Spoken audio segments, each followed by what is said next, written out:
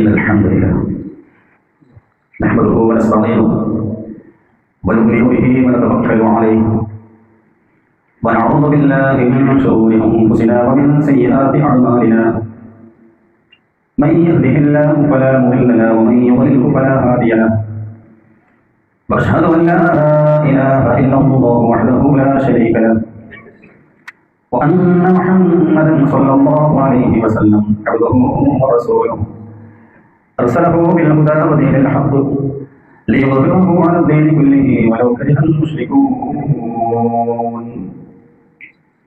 اللهم صل على محمد وعلى آل محمد كما صليت على إبراهيم وعلى آل إبراهيم. اللهم بارك على محمد وعلى آل محمد كما باركت على إبراهيم وعلى آل إبراهيم إنك حميد مجيد. أما بعد فإن أحسن الحديث كتاب الله وخير السنن سنن محمد صلى الله عليه وسلم وشر الأمور محدثاتها وكل محدثة بدعة وكل بدعة ضلالة وكل ضلالة في النار. أعوذ بالله من الشيطان الرجيم. بسم الله الرحمن الرحيم. يا أيها الناس اتقوا ربكم الذي خلقكم من نفس واحدة وخلق منها زوجها وبث منهما رجالا كثيرا ونساء واتقوا الله الذي تساءلون به والأرحام إن الله كان عليكم رقيبا. يا أيها الذين آمنوا اتقوا الله وقولوا قولا سديدا يصلح لكم أعمالكم ويغفر لكم ذنوبكم ومن يطع الله ورسوله فقد فاز فوزا عظيما. بسم الله الرحمن الرحيم. والذين آمنوا واتبعتهم ذريتهم بإيمان ألحقنا بهم ذريتهم وما ألتناهم من عملهم من شيء كل امرئ بما كسب رهين. رب اشرح لي صدري ويسر لي أمري واحلل عقدة من لساني يفقهوا قولي. സ്നേഹാദരണിയായ സത്യവിശ്വാസികളെ വിശ്വാസിനികളെ, സർവരക്ഷിതാവായ അല്ലാഹുവിന്റെ ആജ്ഞകളും നിർദ്ദേശങ്ങളും ജീവിതത്തിന്റെ എല്ലാ മേഖലകളിലും കഴിവിന്റെ പരമാവധി കാത്തു സൂക്ഷിച്ചു യഥാർത്ഥ വിശ്വാസികളും മുത്തഖികളുമായി ജീവിച്ചു മരിക്കാൻ ശ്രമിക്കണേ എന്ന് ആമുഖമായി എന്നുള്ളത് പോലെ നിങ്ങൾ ഓരോരുത്തരോടും ഉണർത്തുകയാണ് വസിയത്ത് ചെയ്യുക. സർവശക്തൻ അതിനുള്ള തൗഫീഖുമൊക്കെ ഒപ്പം പ്രദാനം ചെയ്യുമാറാകട്ടെ.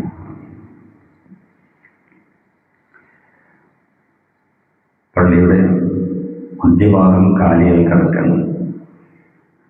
അനിവാര്യമല്ലാത്ത ആളുകൾ സ്വത്ത് പൂർത്തീകരിച്ച് ഇരിക്കണമെന്ന് ഉണർത്തുകയാണ്.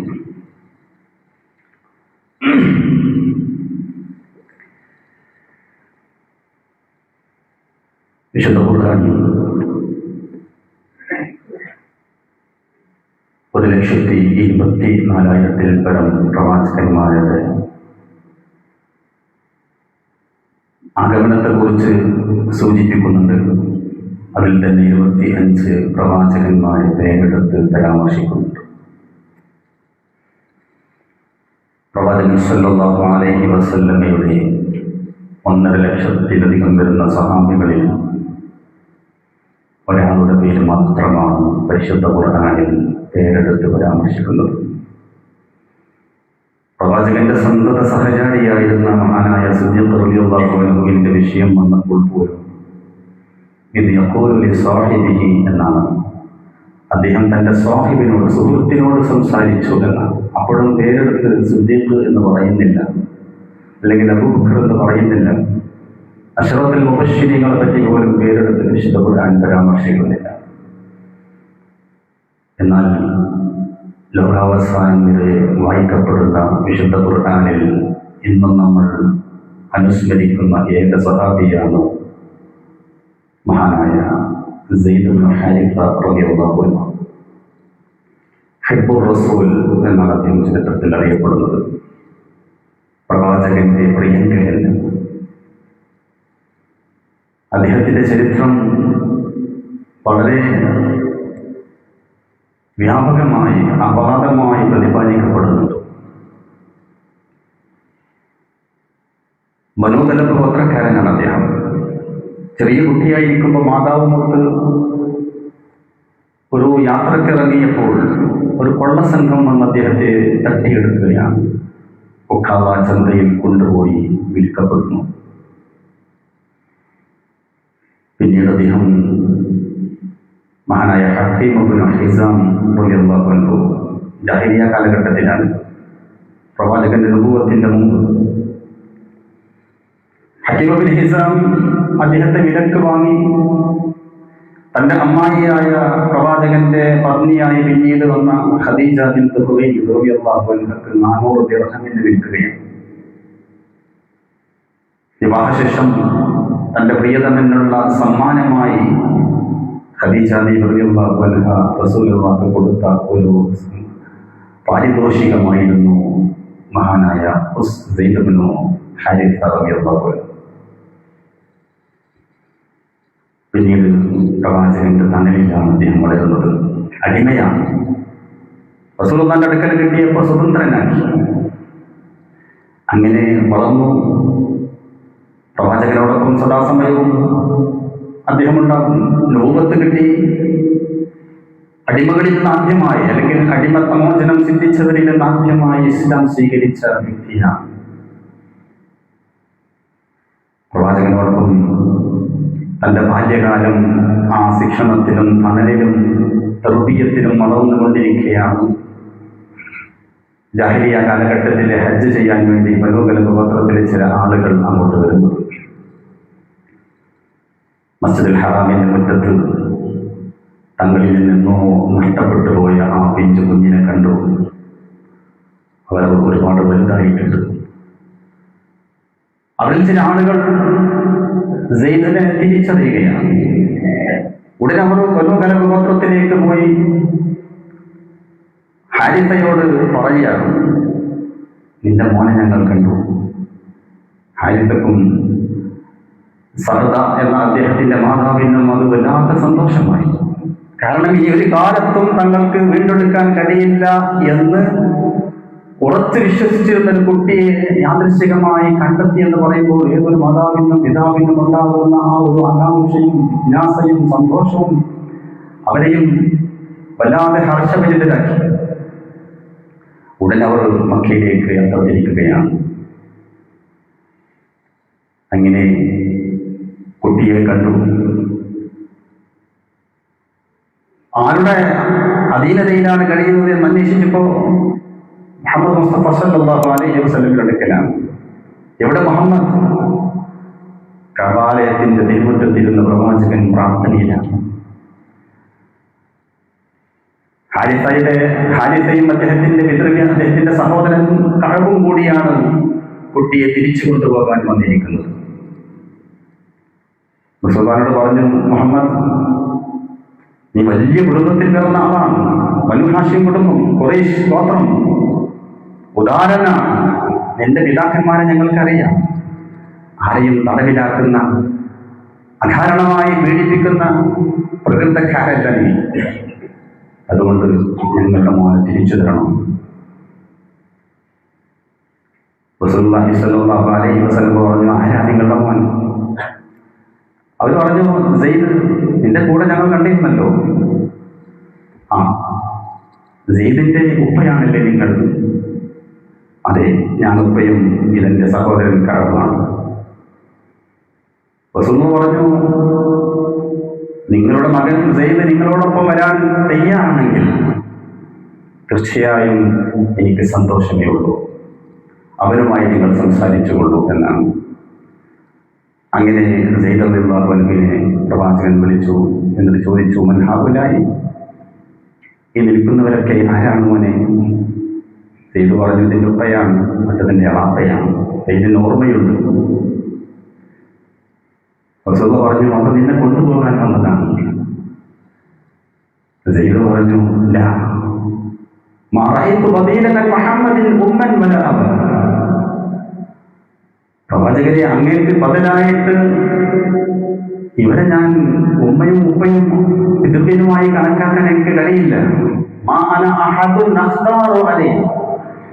അങ്ങേക്കാൾ വലിയൊരു ഉപ്പയും ഉമ്മയും പിതൃവിനും എനിക്ക് വേറെ ആരാണ്?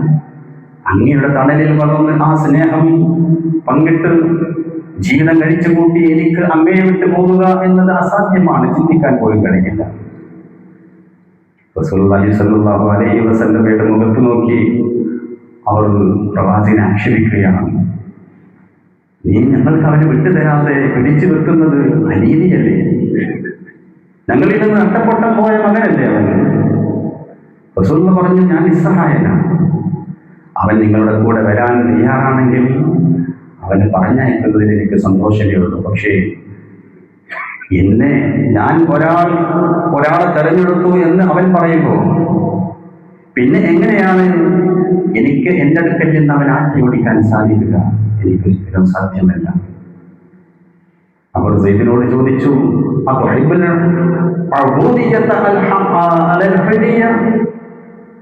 സെയ്ദ്, നീ ഞങ്ങളുടെ കൂട്ടത്തിൽ വന്ന് സ്വതന്ത്രനായി ജീവിക്കുന്നതിന് പകരം ഈ മുഹമ്മദിന്റെ കീഴിൽ അടിമയായി കഴിയാനാണ് ആഗ്രഹിക്കുന്നത്.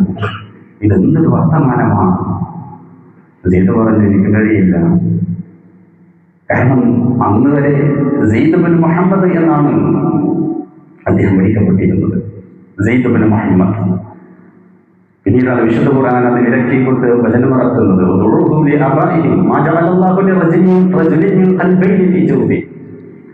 ഒരാൾക്ക് രണ്ട് ഹൃദയമില്ല. ഇതേപോലെ ഒരാൾക്ക് രണ്ട് പിതാവ് ഉണ്ടാക്കാൻ കഴിയില്ല. സെയ്ദിന്റെ ഉപ്പ ഹാരിസയാണ്. മഹാനായ ഇബ്നു ഉമർ റളിയല്ലാഹു അൻഹു പറയാണ്, ഈ വചനം ഇറങ്ങുന്നത് വരെ ഞങ്ങൾ സെയ്ദിനെ സെയ്ദ് ബിൻ മുഹമ്മദ് എന്നായിരുന്നു വിളിച്ചിരുന്നത്. പക്ഷേ അല്ലാഹു വിലക്കി താഴത്തിറക്കി ഈ വിഷയത്തിൽ നിങ്ങൾ അല്ലാഹുവിനോട് നീതി പുലർത്തുന്നവരാണോ എങ്കിൽ നിങ്ങളുടെ മക്കളെ മറ്റൊരാളിലേക്ക് ചേർത്ത് വിളിക്കുന്നത് അനീതിയാണ്. അത് ചെയ്യാൻ പാടില്ല. നമ്മളൊക്കെ ശ്രദ്ധിക്കേണ്ട ഒരു കാര്യമാണ്. വളരെ ലാഘവത്തോടു കൂടിയാണ് നമ്മളൊക്കെ ഈ വിഷയം കൈകാര്യം ചെയ്യാറുള്ളത്. അറബികളൊക്കെ എപ്പോഴും അവരുടെ മക്കളെ അവരുടെ പിതാവിലേക്ക് അല്ലെങ്കിൽ മാപ്പയിലേക്കാണ് ചേർത്ത് വിളിക്കാറുള്ളത്, അല്ലെ? നമ്മൾ എന്തെങ്കിലുമൊക്കെ 2-3 പേര് പെറുക്കി കൂട്ടിയിട്ടിട്ടു. മുഹമ്മദ്, സലീം. മുഹമ്മദ് എന്ന പേരാണെങ്കിലും സലീം എന്ന് പിതാവിന്റെ പേരായിരിക്കണം. ആ അർത്ഥത്തിൽ മുഹമ്മദ് സലീം എന്നിടാം, അല്ലെങ്കിൽ മുഹമ്മദ് ബിൻ സലീം എന്നിടാം. ഇത് സലീം വേറെ മുഹമ്മദ് വേറെ എന്നിട്ട് അത് ചേർത്തില്ല എന്നുള്ളത് ഖുർആൻ വിലക്കിയ കാര്യമാണ്. പല പെണ്ണുങ്ങളും വിവാഹശേഷം പിന്നീട് അവരുടെ പേര് മാറ്റും, ഭർത്താവിലേക്ക് ചേർക്കും, അല്ലേ? ഈ ഭർത്താവ് ചിലപ്പോൾ ഒരുപക്ഷെ അല്പകാല ജീവിതത്തിന് ശേഷം മരണപ്പെട്ടാൽ വേറൊരു ഭർത്താവിനെ തെരഞ്ഞെടുക്കണം. അപ്പോഴും പ്രശ്നമാണ്. ആധികാരിക രേഖയിൽ പാസ്പോർട്ടിലും ആധാറിലും ഐഡന്റിറ്റി കാർഡിലൊക്കെ ഈ പേരായിരിക്കും വന്നിട്ടുണ്ടാക്കുക. പിന്നെ അത് മാറ്റാൻ നടക്കണം. എന്നാൽ പിതാവ് അങ്ങനെയല്ല. പിതാവ് ഒരിക്കലും മാറില്ല. അത് നിങ്ങൾ എന്ത് തന്നെ വിളിച്ചാലും ശരി, പിതാവിനെ വേറെ പേരിട്ട് വിളിച്ചാലും ശരി, ആ ബന്ധം, ആ പൊക്കിൽ കൊടി ബന്ധം എന്നത് മാറ്റുക സാധ്യമാണ്. അതുകൊണ്ടാണ് എങ്ങനെ ഒരാളുടെ രക്തത്തിൽ പിറന്ന ഒരു കുഞ്ഞിനെ എങ്ങനെ മറ്റൊരാളിലേക്ക് ചേർക്കുക? അത് ഭർത്താവായാലും വേറെ ഏതെങ്കിലും പേരിലേക്ക് എങ്ങനെ നിങ്ങൾ ചേർക്കാൻ പറ്റുമെന്നാണ് ചോദിക്കുന്നത്. അതുകൊണ്ട് മക്കൾക്ക് പേരിടുമ്പോൾ ശ്രദ്ധിക്കണം. ഒരു പേരിട്ട് പിന്നീട് ഇവൻ ചെന്ന് ചേർത്ത് സ്വന്തം പിതാവിലേക്ക് ചേർത്തിട്ട് ഇടാൻ പാടുള്ളൂ. അതാണ് വിശുദ്ധ ഖുർആനിലെ അധ്യാപനം. ആയത്തിറങ്ങിയ ഉടനെ സെയ്ദ് റളിയല്ലാഹു അൻഹു പ്രഖ്യാപിച്ചു, ഇല്ല, ഇനി മുതൽ ഞാൻ സെയ്ദ് ബിൻ മുഹമ്മദ് അല്ല, സെയ്ദ് ബിൻ ഹാരിസ തന്നെയാണ്. പക്ഷേ എന്റെ ഉപ്പയുടെയും ഉമ്മയുടെയും സ്ഥാനത്ത് ഞാൻ റസൂലുള്ളാഹിനെ വിട്ടുപോകാൻ തയ്യാറല്ല എന്ന് പറഞ്ഞുകൊണ്ട് സെയ്ദ് റളിയല്ലാഹു അൻഹു മക്കയിൽ തന്നെ കഴിയുകയാണ്. പിന്നീട് മദീനയിലേക്ക് ഹിജ്റ പോകുന്നു. ഞാൻ ഈ ചരിത്രം എന്തിനാണ് പറഞ്ഞത് എന്ന് ചോദിച്ചാൽ, നിങ്ങൾ ആലോചിച്ച് നോക്കൂ. സ്വന്തം രക്തത്തിൽ പിറന്ന ഒരു മോനല്ല സെയ്ദ് റളിയല്ലാഹു അൻഹു. പക്ഷെ പ്രവാചകൻ അഗാധമായി സ്നേഹം കൊടുത്തു. ഇത് തഖൂലു ലില്ലദി അൻഅമ അല്ലാഹു അലൈഹി വഅൻഅംത അലൈഹി അംസിക അലൈക സൗജക വത്തഖില്ലാഹ വതുഖ്ഫി ഫീ നഫ്സിക വല്ലാഹു മുഗ്നി വതഖ്ശ അന്നാസ് വല്ലാഹു അഹഖു അൻ തഖ്ശ. فلما قضى زيد منها وطرا زوجناكها لكي لا يكون على المؤمنين حرج بأزواج أدعيائهم إذا قضوا منهن وطرا وكان أمر الله مفعولا. സൂറത്തുൽ അഹ്സാബിലെ ഈ വചനം സെയ്ദ് റളിയല്ലാഹുവും റസൂലും തമ്മിലുള്ള അഗാധമായ ബന്ധത്തെ വരച്ചു കാണിക്കുന്നതാണ്. وإذ تقول للذي أنعم الله عليه, സെയ്ദ് അല്ലാഹു അനുഗ്രഹം ചെയ്ത ഒരു ഉത്താമ ചന്തയിൽ അടിമയായി കഴിഞ്ഞിരുന്ന സെയ്ദിനെ വിലക്കെടുത്ത് ഹക്കീം ഇബ്നു ഹിസാം ഖദീജ ബീവിക്ക് വിൽക്കുന്നു. പിന്നീട് അഷ്റഫുൽ ഖൽഖ് റളിയല്ലാഹു അലൈഹി വസല്ലമയുടെ ശിക്ഷണത്തിൽ വളരാൻ സാധിക്കുന്നു. ഇതിനേക്കാൾ വലിയ അനുഗ്രഹം എന്താണ് അല്ലാഹു ചോദിക്കുക? وإذ تقول للذي أنعم الله عليه, ഇതാണ് അല്ലാഹു അനുഗ്രഹം ചെയ്ത മനുഷ്യൻ. وأنعمت عليه, അതെ അല്ലാഹു മാത്രമല്ല താങ്കളും അദ്ദേഹത്തോട് അനുഗ്രഹം കാണിച്ചു, സ്നേഹം കാണിച്ചു, സ്നേഹം പ്രകടിപ്പിച്ചു. അതുകൊണ്ട് തന്നെ പ്രവാചകനെ വിട്ടുപോകാൻ ആ മകന് സാധിച്ചില്ല. നമ്മുടെ മക്കളിൽ എത്ര പേർക്ക് ഇങ്ങനെ പറയാൻ സാധിക്കും? എന്തോ 3 ദിവസം മുമ്പ് പരിചയപ്പെട്ട മകന്റെ കൂടെ അല്ലെങ്കിൽ ഒരുത്തന്റെ കൂടെ ഒരുത്തിയുടെ കൂടെ മക്കൾ ഇറങ്ങിപ്പോകുന്നുവെങ്കിൽ എവിടെയാണ് പ്രശ്നം? നമ്മൾ കൊടുക്കേണ്ട സ്നേഹവും പരിചരണവും ലാളനയും നമ്മിൽ നിന്ന് കിട്ടി വളർന്ന ഒരു കുട്ടിയാണെങ്കിൽ സെയ്ദിനെ പോലെ ഒരിക്കലും നമ്മെ വിട്ടു പോകാൻ നമുക്ക് കഴിയില്ല.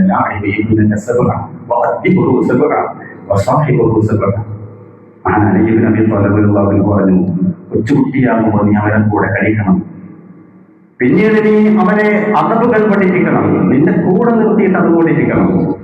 അങ്ങനെയാണ് ശരിക്ക് യഥാർത്ഥ വിജ്ഞാനം എന്ന് പറയുന്നത് അതവാണ്. അറിവിന്റെ മുമ്പ് അതവാണ് പഠിപ്പിക്കേണ്ടത്. പഴയ കാലത്തൊക്കെ 7 വയസ്സ് വരെ വീട്ടിൽ തന്നെയായിരുന്നു കുഞ്ഞുങ്ങൾ വളർത്തുന്നത്. മാതാവിനെയും പിതാവിനെയും കണ്ട് അനുകരിച്ച് വേണം അവർ വളരാൻ. അങ്ങനെ അവർ വളരുമ്പോൾ പിന്നീട് അവർ നിന്റെ കൂട്ടുകാരായി മാറും. പിന്നെ അവരെ നീ നിന്റെ പാട്ടിന് വിട്ടോ എന്നാണ് അദ്ദേഹം പറയുന്നത്. ഇതിനർത്ഥം ഇനി വിട്ടുവിട്ടാലും പോകില്ലാന്ന് റസൂലുള്ളാ തീർത്ത് പറഞ്ഞു, നീ പോകണം, നിന്റെ ഇതാവാണ് വന്നിരിക്കുന്നത്. ഏത് പറഞ്ഞു പോകില്ല. അൻതബി മഖാനത്തിൽ അതിവൽക്കും, എന്റെ ഉമ്മയും ഉപ്പയും അങ്ങയാണ്, അതുകൊണ്ട് അങ്ങയെ വിട്ടു പോകാൻ എനിക്ക് കഴിയില്ല എന്ന് സെയ്ദ് റളിയല്ലാഹു പറഞ്ഞുവെങ്കിൽ പ്രവാചകൻ സല്ലല്ലാഹു അലൈഹി വസല്ലമയിൽ നിന്ന് എത്രമാത്രം വലിയ പോസിറ്റീവായിട്ടുള്ള പ്രവർത്തനങ്ങൾ അദ്ദേഹത്തെ സ്വാധീനിച്ചിട്ടുണ്ടാകും. ഇത് തന്നെയാണ് പിന്നീട് സെയ്ദ് റളിയല്ലാഹു അൻഹുവിന്റെ മകൻ റളിയല്ലാഹു അൻഹു ഉമ്മു ഐമനെ പിന്നീട് വിവാഹം കഴിക്കുന്നത്. ആ ബന്ധത്തിൽ പിറന്ന കുട്ടിയാണ് ഉസാമത്ത് ബിൻ സെയ്ദ് റളിയല്ലാഹു അൻഹു. ഉസാമത്ത് റളിയല്ലാഹു അൻഹു പ്രവാചകൻ സല്ലല്ലാഹു അലൈഹി വസല്ലമയുടെ പോറ്റുപുത്രന്റെ പുത്രനാണ്. പക്ഷേ സ്വന്തം പേരക്കുട്ടിയെ പോലെയായിരുന്നു പ്രവാചകൻ പ്രതികരിച്ചിരുന്നത്. ഹദീസിൽ കാണാം, ഉസാമത്ത് റളിയല്ലാഹു അൻഹു പറയാണ്, റസൂലുള്ളാഹി എങ്ങോട്ട് പോകുമ്പോഴും എന്നെ കൊണ്ടുപോകും. ആ പ്രവാചകന്റെ കൂടെ ഞാൻ ഒട്ടകപ്പുറത്താണെങ്കിലും കഴുതപ്പുറത്താണെങ്കിലും കുതിരപ്പുറത്താണെങ്കിലും എന്റെ റസൂലുള്ളാഹിന്റെ റദീഫായിരുന്നു ഞാൻ. റദീഫ് എന്ന് പറഞ്ഞാൽ വാഹനത്തിന്റെ പുറത്ത് ഒരുമിച്ചിരുത്തി സ്നേഹവും അതേപോലെ തന്നെ ലാളനയും പങ്കിട്ടെടുത്ത് അതിലൂടെ സഞ്ചരിക്കുന്ന വ്യക്തി. ഒരിക്കൽ അറഫയിലൂടെ ഞങ്ങൾ ഇങ്ങനെ ഞാൻ റസൂലുള്ളാഹിന്റെ കൂടെ ഇങ്ങനെ പോവുകയാണ്. സമർദ്ദത്താണ്ട് പറയാം, പ്രവാചകൻ സല്ലല്ലാഹു അലൈഹി വസല്ലം തന്റെ കരങ്ങൾ ഉയർത്തിയിട്ട് എനിക്ക് വേണ്ടി ഇങ്ങനെ പ്രാർത്ഥിക്കുകയാണ്. എന്നിങ്ങനെ അണച്ചു പിടിച്ചു. അദ്ദേഹത്തെ അത് വല്ലാതെ സ്വാധീനിച്ചു എന്നാണ്. അതിനുശേഷം അദ്ദേഹം പറയാണ്, ഞാൻ പിന്നീട് പ്രവാചകനെ എന്റെ പിതാമഹന്റെ സ്ഥാനത്താണ് എനിക്ക് പ്രവാചകൻ. കൊച്ചുകുട്ടിയായിരിക്കുമ്പോൾ പ്രവാചകന്റെ അടുക്കലേക്ക് ഹുസൈൻ റളിയല്ലാഹു അൻഹും സെയ്ദ് റളിയല്ലാഹു അൻഹും ഉസാമ റളിയല്ലാഹു അൻഹും ഓടി വരികയാണ്. റസൂലുള്ളാഹി തന്റെ വലത് തുടയിൽ ഉസാമയെ ഇരുത്തുന്നു, ഇടത് കാലിന്റെ തുടയിൽ ഹുസൈൻ റളിയല്ലാഹു അൻഹുവിനെ ഇരുത്തുകയാണ്. എന്നിട്ട് അല്ലാഹുവിനോട് പ്രാർത്ഥിക്കുകയാണ്, അല്ലാഹുമ്മ ഇന്നി ഉഹിബ്ബുഹുമാ ഫഅഹിബ്ബുഹുമാ, അല്ലാഹുവേ ഈ 2 കുഞ്ഞുങ്ങളെയും ഞാൻ വല്ലാതെ സ്നേഹിക്കുന്നു. ഫഅഹിബ്ബുഹുമാ, അതുകൊണ്ട് നീയും അവരെ സ്നേഹിക്കണേ എന്ന്. എന്താ അർത്ഥം? ഫ എന്ന് പറഞ്ഞാൽ ലിസ്സബബിയ്യ എന്നാണ് മുഹദ്ദിസുകൾ പറയുന്നത്. കാരണം ഞാൻ അവരെ സ്നേഹിക്കുന്നുണ്ട്, അതുകൊണ്ട് നീ സ്നേഹിക്കണം. നമ്മുടെ മക്കളെ നമ്മൾ സ്നേഹിക്കാത്തിടത്തോളം കാലം അള്ളാഹുവും സ്നേഹിക്കുകയില്ല എന്നതാണ്. കാരണം തയ്യിബിലായിട്ടുള്ളവരില്ല. തയ്യിബ അള്ളാഹു പരിശുദ്ധനാണ്. നമ്മുടെ ശാപവും കുത്തുവാക്കും പീഡനങ്ങളും കേട്ട് വളർന്നൊരു കുട്ടി അശുദ്ധിയായി പോകും. ശുദ്ധ പ്രകൃതത്തിലേക്ക് അള്ളാഹു പറഞ്ഞയച്ചു. പിന്നീട് മാതാപിതാക്കളും സാഹചര്യങ്ങളുടെ സമ്മർദ്ദങ്ങളും അവരെ മോശമാക്കിയാൽ അള്ളാഹു അവരെ സ്വീകരിക്കും. അതുകൊണ്ട് ഞാൻ ഇവരെ സ്നേഹിക്കുന്നുണ്ട്, അതുകൊണ്ട് നീ അവരെ സ്നേഹിക്കണം. ഹലോ, നമ്മൾ നമ്മുടെ മക്കൾക്ക് വേണ്ടി പ്രാർത്ഥിക്കാറുണ്ട്. പുതിയ പഠനങ്ങളും ഗവേഷകന്മാരൊക്കെ പറയുന്നത് നമ്മുടെ സ്നേഹങ്ങൾ അവരുടെ മുമ്പിൽ വെച്ച് പ്രഖ്യാപിക്കുവാൻ നമുക്ക് സാധിക്കണമെന്നാണ്. പലപ്പോഴും നമ്മൾക്ക് സ്നേഹമുണ്ട്, പക്ഷെ നമ്മൾ പറയും എനിക്കിന്റെ സ്നേഹമൊക്കെ മനസ്സിലാണ്, അത് കൊടുത്താൽ അത് കാണിച്ച് പ്രകടിപ്പിച്ചാൽ അവൻ മോശമായി പോകുമെന്നാണ്. അല്ല, റസൂലുള്ളാഹിന്റെ പഠനം ചര്യ അങ്ങനെയല്ല, നേരെ വിപരീതമാണ്.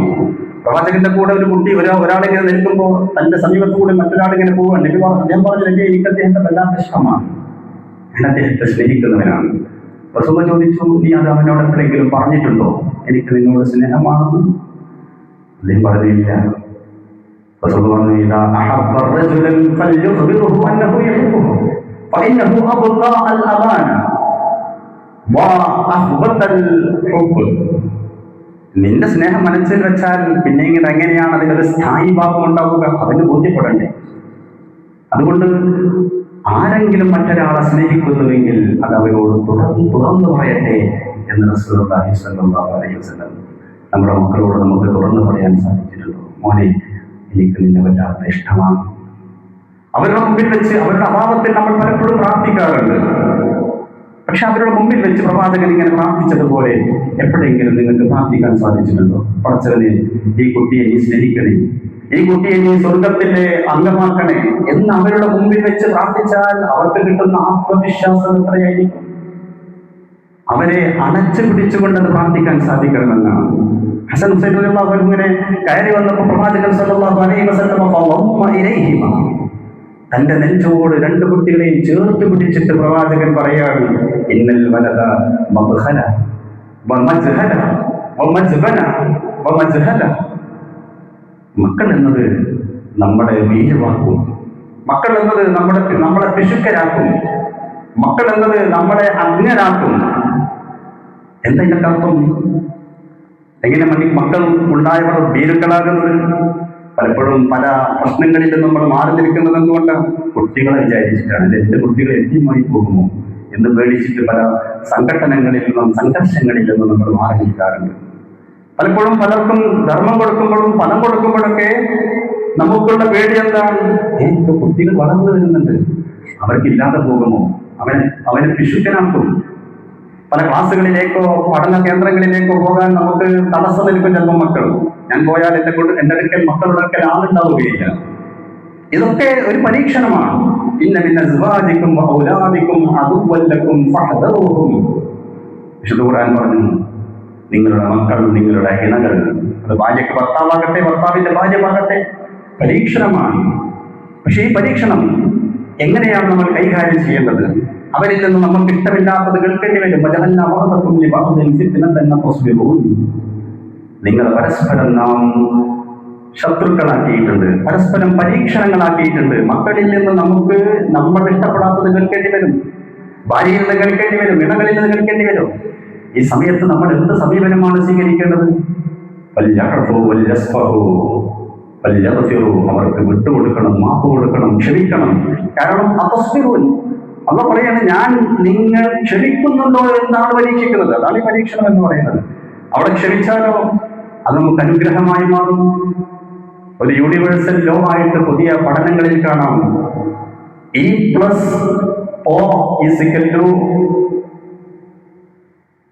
O എന്നാണ്. എന്നുവെച്ചാൽ ഒരു ഈവന്റ് ഉണ്ടായാൽ ആ വിഷയത്തിൽ നമ്മുടെ പ്രതികരണം എന്താണ്, അതിന്റെ അനന്തരഫലമായിരിക്കും അതിന്റെ ഔട്ട്കം. അതാണ് O എന്ന് പറയുന്നത്. ഒരു കുട്ടി ഒരു ഗ്ലാസ് പൊട്ടിച്ചാൽ ആ കുട്ടി അതിന്റെ പേരിൽ നമ്മൾ അധിക്ഷേപിക്കുകയാണെങ്കിൽ ആ ആക്ഷേപവും ശാപവും കേട്ട് വളരുന്ന ആ കുട്ടി നമുക്ക് ഉപദ്രവകരായി മാറുമെന്നുള്ളതാണ്. ഇത് തന്നെയാണ് വിശുദ്ധ ഖുർആൻ പറഞ്ഞത്, ഇന്നമാ ഔലാദുക്കും, നിങ്ങൾക്ക് ഫിത്നയാണ് നിങ്ങളുടെ മക്കൾ എന്ന് പറയുന്നത്. ഇത്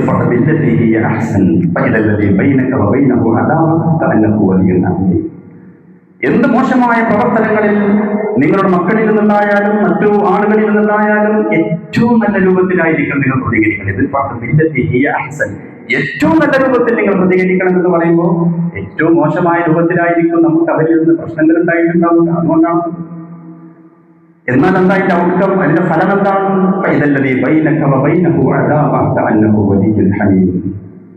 നീയും നിന്റെ ആ എതിരാളിയും തമ്മിൽ പിന്നീട് ഉറ്റമിത്രമായി മാറും. പ്രവാചകന്റെ എത്രയെത്ര സംഭവങ്ങൾ നമുക്ക് കാണുവാൻ സാധിക്കും. ഈ ആയത്തോതിയിട്ട് പ്രവാചകനൊക്കെ കുത്തുവ നടത്തിക്കൊണ്ടിരിക്കുമ്പോഴാണ് ഹസൻ ഹുസൈൻ ചുവന്ന ഡ്രസ്സ് ധരിച്ച് നടത്തം ഉറച്ചിട്ടില്ലാത്ത ആ പിഞ്ചു പൈതങ്ങൾ ഇങ്ങനെ കയറി വരുമ്പോൾ പ്രവാചകൻ കുത്തുവ നിർത്തിവെച്ച് മിമ്പറിൽ ഇറങ്ങിപ്പോയി ആ കുഞ്ഞുങ്ങളെ വാരിയെടുത്ത് ചുംബനം നൽകി മിമ്പറിന്റെ പടിയിൽ കൊണ്ടുവന്നിരുത്തി. എന്നിട്ട് പ്രവാചകൻ കുത്തുവ തുടരുകയാണ്. അള്ളാഹു പറഞ്ഞത് എത്ര സത്യമാണ്. നിങ്ങളുടെ മക്കൾ നിങ്ങൾക്ക് ഒരു പരീക്ഷണമാണ്. പ്രവാചകൻ വളരെ ഗൗരവമേറിയ ഉപദേശങ്ങൾ മിമ്പറിൽ വെച്ച് നൽകുകയാണ്. അള്ളാഹുവിന്റെ ആ വിളിക്കുത്തരം കേട്ട് വെച്ചുമാണ് പള്ളിയിലേക്ക് പ്രസംഗം കേൾക്കാൻ, കുത്തുവ കേൾക്കാൻ വേണ്ടി വന്ന ആളുകളുടെ അസൗകര്യം പോലും പരിഗണിക്കാതെ പ്രവാചകൻ അവരെ സ്വീകരിക്കുകയാണ്, അവരെ തന്നിലേക്ക് ചേർക്കുകയാണ്. എന്നിട്ട് പറഞ്ഞു, എന്റെ പേരക്കിടാങ്ങൾ നടത്തത്തിൽ ഉറച്ചിട്ടില്ലാത്ത ആ കുഞ്ഞുങ്ങൾ വീണുപോകുമോ എന്ന പേടി കാരണം എനിക്ക് കുത്തുവ തുടരാൻ കഴിയില്ല. അതുകൊണ്ടാണ് ഞാൻ ഇറങ്ങി ചെന്ന് അവരുടെ അടുത്ത് പള്ളിയുടെ മെമ്പറിലെ പടിയിൽ കൊണ്ടിരുത്തിയത് എന്ന് പ്രവാചകൻ പറയുമ്പോൾ ഇത്രമാത്രം വലിയ കാരുണ്യമാണ് പ്രവാചകൻ, ഇത്രമാത്രം വലിയ കരുതലാണ് പ്രവാചകൻ കുഞ്ഞുങ്ങളോട് ചെയ്തിരുന്നത്. ഇങ്ങനെ നൽകാൻ, ഇങ്ങനെ പരിചരിക്കാൻ നമുക്ക് സാധിക്കുന്നുണ്ടോ? ഞാൻ ആമുഖമായി ഊന്നി വെച്ച ആയത്തതാണ്. നിങ്ങൾ لو تركوا من خلفهم ضعافا ذرية ضعافا خافوا عليهم فليتقوا الله وليقولوا قولا سديدا. നിങ്ങൾക്ക് നിങ്ങളുടെ മക്കളെ കുറിച്ച് ഭാവിയിൽ ആശങ്കയുണ്ടെങ്കിൽ നിങ്ങൾ മുത്തഖിയായ മതി. വല്ലഖൂലു ഖൗലൻ സദീദ, നിങ്ങളുടെ വാക്കുകൾ, നിങ്ങളുടെ സംസാരങ്ങൾ നന്നാക്കിയാൽ മതി എന്ന് ഖുർആൻ പറയുമ്പോൾ മാറേണ്ടത് ആരാണ്? നമുക്ക് മക്കളെ കുറിച്ച് ഒരുപാട് പരാതികളുണ്ട്. പക്ഷെ അടിസ്ഥാനപരമായിട്ട് അല്ലാഹു സുബ്ഹാനഹു വ തആല പറയുന്നത് അവിടെ മാറേണ്ടത് നിങ്ങളാണ്. നിങ്ങൾ മാറിയാൽ അവർ മാറുമെന്നാണ്. നിങ്ങൾ അവരിലേക്ക് കൊടുക്കേണ്ട ഒരുപാട് കടമകളുണ്ട്. ചുംബനം, വിവാഹശേഷം പോലും പ്രവാചകൻ സല്ലല്ലാഹു അലൈഹി വസല്ലം ഫാത്തിമ ബീവി വീട്ടിലേക്ക് വരുമ്പോൾ അവരെ ദൂരത്തിൽ നിന്ന് കാണുമ്പോൾ അങ്ങോട്ട് ചെന്ന് തോളിൽ കൈയിട്ട് ചുംബനം നൽകി പ്രവാചകൻ ഇരുന്നിരുന്ന സ്ഥലത്ത് കൊണ്ടുപോയി അവരെ ഇരുത്തുമെന്നായിരുന്നു. അതുകൊണ്ട് തന്നെ പ്രവാചകനെ കാണുമ്പോൾ ഫാത്തിമ ബീവിയും അത് ചെയ്യും. ഗിവ് റെസ്പെക്ട്, ടേക്ക് റെസ്പെക്ട്, കൊടുക്കണം റെസ്പെക്ട്. അപ്പോഴാണ് അത് തിരിച്ചു കിട്ടുക. അത് ഉത്തരവിലൂടെയല്ല, നീ എന്തുകൊണ്ട് എന്നെ കണ്ടപ്പോൾ എഴുന്നേറ്റില്ല എന്ന് പറഞ്ഞ് ആക്രോശിക്കാനല്ല, മറിച്ച് ജീവിതം കൊണ്ട് നമ്മൾ അവരെ പഠിപ്പിക്കുകയാണ്. അങ്ങനെ നമ്മിൽ നിന്ന് പഠിച്ചൊരു കുട്ടി നമ്മെ കാണുമ്പോൾ, അല്ലെങ്കിൽ മുതിർന്നവരെ കാണുമ്പോൾ കുട്ടി എന്ത് ചെയ്യും? വല്ലദീന ആമനൂ, നിങ്ങൾക്ക് ഈമാൻ ഉണ്ടായാൽ പോരാ, വത്തബഅതുഹും ദുർരിയ്യതഹും ബിഈമാനിഹിം, നിങ്ങളുടെ ഈമാനിൽ നിങ്ങളുടെ മക്കളും നിങ്ങളുടെ സന്താനങ്ങളും നിങ്ങൾ അനുധാവനം ചെയ്താൽ അൽഹഖ്നാബിഹിം ദുർരിയ്യതഹും എന്ന നിങ്ങളുടെ മരണശേഷം നാം അവരെ നിങ്ങൾക്ക് തന്നെ തിരിച്ചു തരും. അതാണ് പ്രവാചകൻ സല്ലല്ലാഹു അലൈഹി വസല്ലം വഫാത്താകുന്നതിന്റെ ഏതാനും ദിവസങ്ങൾക്ക് മുമ്പ് രോഗശയ്യയിൽ കിടക്കുമ്പോൾ ഫാത്തിമ ബീവി വീട്ടിൽ വിളിച്ചിട്ട് പറഞ്ഞു, ചില സഹായികൾ പറഞ്ഞു കൊടുത്തു. ഫാത്തിമ ബീവി അത് കേട്ട് കരയുകയാണ്. കരച്ചിട്ട് നിർത്താൻ വേണ്ടി പ്രവാചകൻ വീണ്ടും ഒരു സ്വകാര്യം പറയുകയാണ്. അത് കേട്ടപ്പോൾ ഫാത്തിമ ബീവി ചിരിക്കുകയാണ്. ആയിഷ ബീവി ഫാത്തിമ ബീവിയോട് ചോദിക്കുകയാണ്. പറയുമ്പോൾ ആയിഷ ബീവി പറയുന്നത്, ഫാത്തിമയെ കാണുന്ന പ്രവാചകനും നബിയുടെ അതേ മുഖഭാവമാണ്, അതേ നടത്തമാണ്, അതേ ശൈലിയാണ്, അതേ സംസാരമാണ്. എല്ലാം കൊണ്ടും പ്രവാചകനോട് സാദൃശ്യമുള്ള മറ്റൊരു വ്യക്തിയെ ഞാൻ കണ്ടിട്ടില്ല എന്ന് പറഞ്ഞിട്ട് ഫാത്തിമ ബീവി പറയാൻ. ഞാൻ ചോദിച്ചു, മോളെ എന്താണ് ആദ്യം ചിരിച്ച് പിന്നീട് കരഞ്ഞത്? എന്തായിരുന്നു ഉപ്പയും മോളും തമ്മിലൊരു സ്വകാര്യം? ഫാത്തിമ ബീവി പറഞ്ഞു, പ്രവാചകൻ എന്നോട് പറഞ്ഞു, മോളെ ഈ ലോകത്തിൽ ഉപ്പ മരിക്കാൻ പോവുകയാണ്. ഇത് കേട്ടപ്പോൾ ഞാൻ കരഞ്ഞു പോയി. അപ്പൊ പിന്നെ എന്തിനാ ചിരിച്ചത്? എന്റെ കരച്ചിൽ കേട്ടപ്പോ ഉപ്പ എന്നെ ആശ്വസിപ്പിക്കാൻ വേണ്ടി പറഞ്ഞു, മോളെ ഇന്നൊക്കെ അവലുവാഹിലാഹിക്കുമ്പി, മോള് കരയണ്ട, ഉപ്പയുടെ യോഗശേഷം എന്റെ കുടുംബത്തിൽ നിന്ന് ആദ്യമായി എന്നിലേക്ക് ചെന്ന് വന്നു ചേരുന്നത് മോളായിരിക്കും.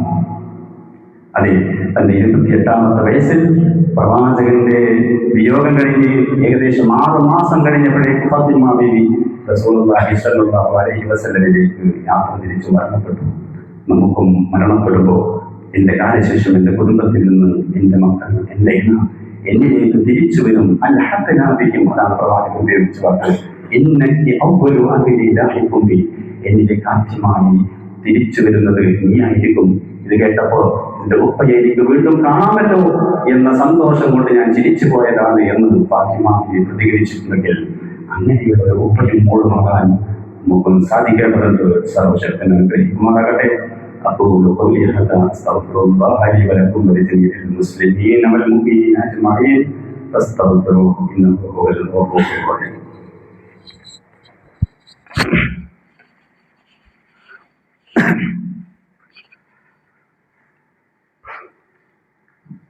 إن الحمد لله والصلاة والسلام على أشرف رسول الله وعلى آله وصحبه أجمعين.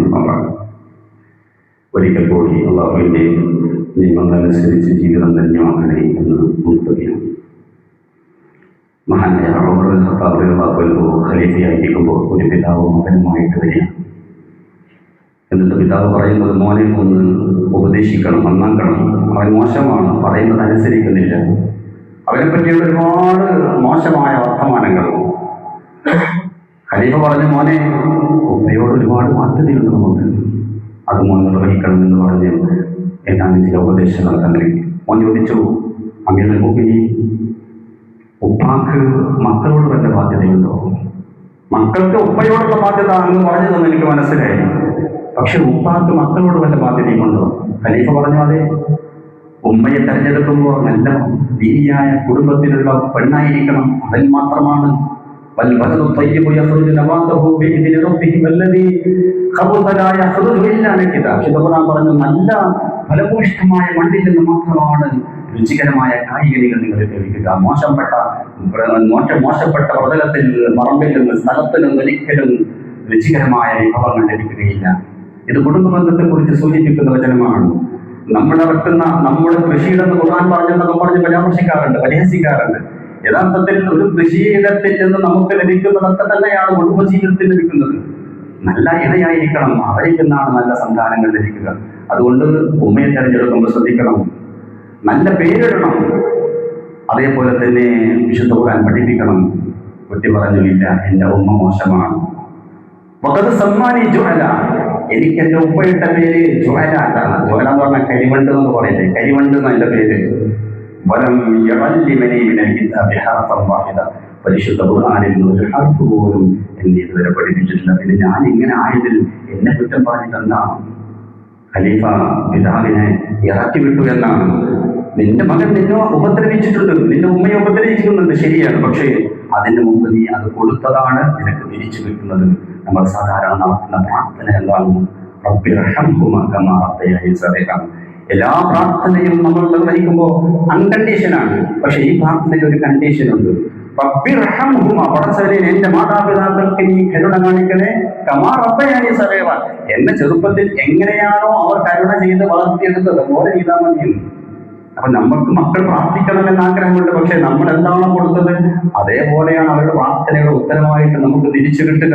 നമ്മുടെ മരണശേഷം 3 കാര്യങ്ങൾ ലഭിക്കുമെന്ന് പറഞ്ഞതിൽ വലതുൻ സ്വാലിഹുൻ യദഊലഹു എന്നാണ്. വലതുൻ യദഊലഹു എന്നല്ല, മരണശേഷം മക്കൾ മാതാപിതാക്കൾക്ക് വേണ്ടി പ്രാർത്ഥിക്കുന്ന മക്കൾ എന്നല്ല, പ്രാർത്ഥിക്കുന്ന സ്വാലിഹായ മക്കൾ.